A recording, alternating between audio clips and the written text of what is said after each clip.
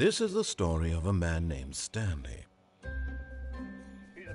Stanley worked for a company in a big building where he was employee number 427.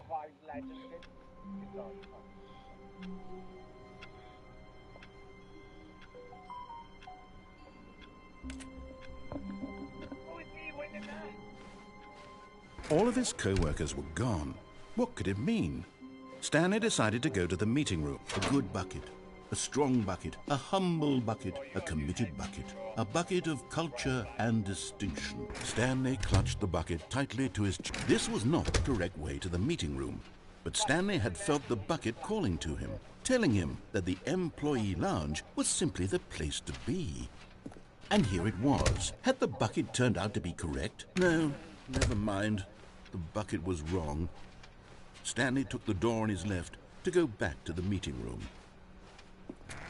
No, Said the bucket. don't go to the meeting room. Go somewhere else. The cargo lift, yes. Go there. Go to the cargo lift. Another miniature Stanley figurine. This, there really must be a snappier name for these things. What about mini-stands? Stanley figs? What about Stanlerines? Yes, I think I like that. Another Stanlerine under your belt.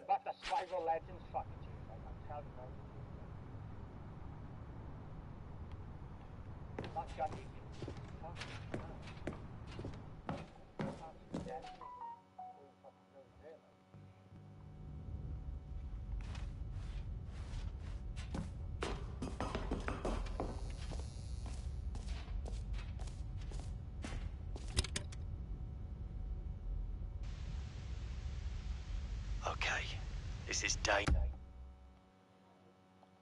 Spud, I'm recording again. I'm live streaming again. Stanley Parable. Number 295, tape number... I don't even know. I've lost track. Nothing feels real anymore. The longer I study this bucket, the less sense anything makes.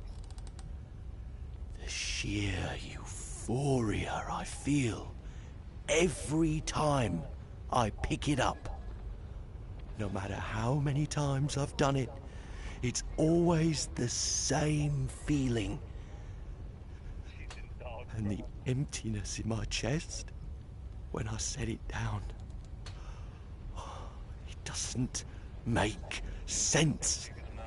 There's no explanation for it.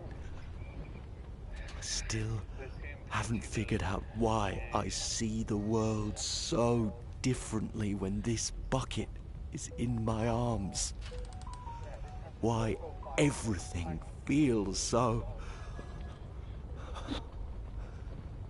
What do I do with this treasure? I can monetize it. Yes. It's unthinkable the amounts of money people will pay for even just an hour with the bucket. This is my golden ticket. But I have to be careful, because as soon as this gets out, there's going to be a target on my back. Even now, I don't know who might be trying to get me. What's that? Who's there?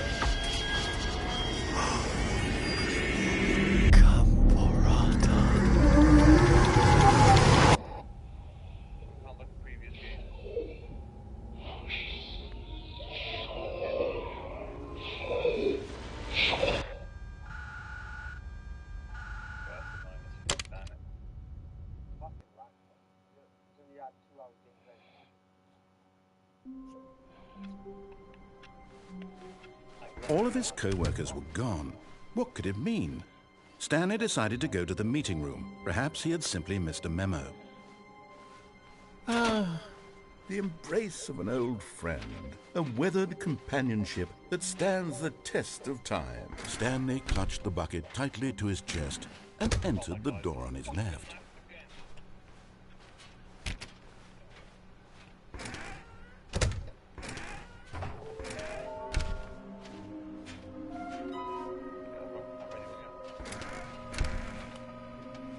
Stanley, we must move on from this broom closet, simply because... Coming to a staircase, Stanley and the bucket walked upstairs to the boss's office.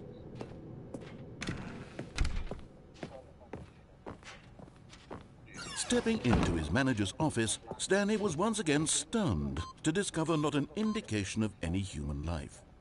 Crushed by the weight of this revelation, Stanley may have broken down into an emotional dumpster fire if not for the soothing presence of the bucket. Even now, in his darkest of hours, did the bucket's warmth and guiding light pierce the dark clouds of confusion and chaos. It would be with him, always. The bucket would. And he knew it. The two of them were inseparable. At this point, Stanley was so absorbed in the tender spiritual connection he shared with the bucket that he didn't notice the keypad behind the boss's desk. Nor in his bliss of simply being near the bucket did he have any notion that the PIN number for the keypad was 2845. But Stanley guessed the correct code by sheer luck. Was it that the bucket knew all along? Was the bucket guiding him? Yes, this is certainly the most logical explanation.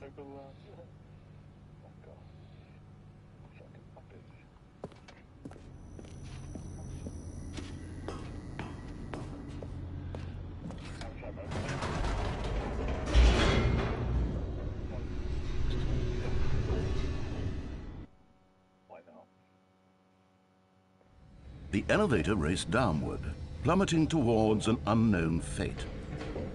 It would be all Stanley could do to keep himself together, if not for the bucket. Soothing him, comforting him, reassuring that in this darkest moment of uncertainty, he would be all right. The bucket is here for you, Stanley. Everything will be fine. Stanley and the bucket walked straight ahead through the large door that read, Mind Control Facility.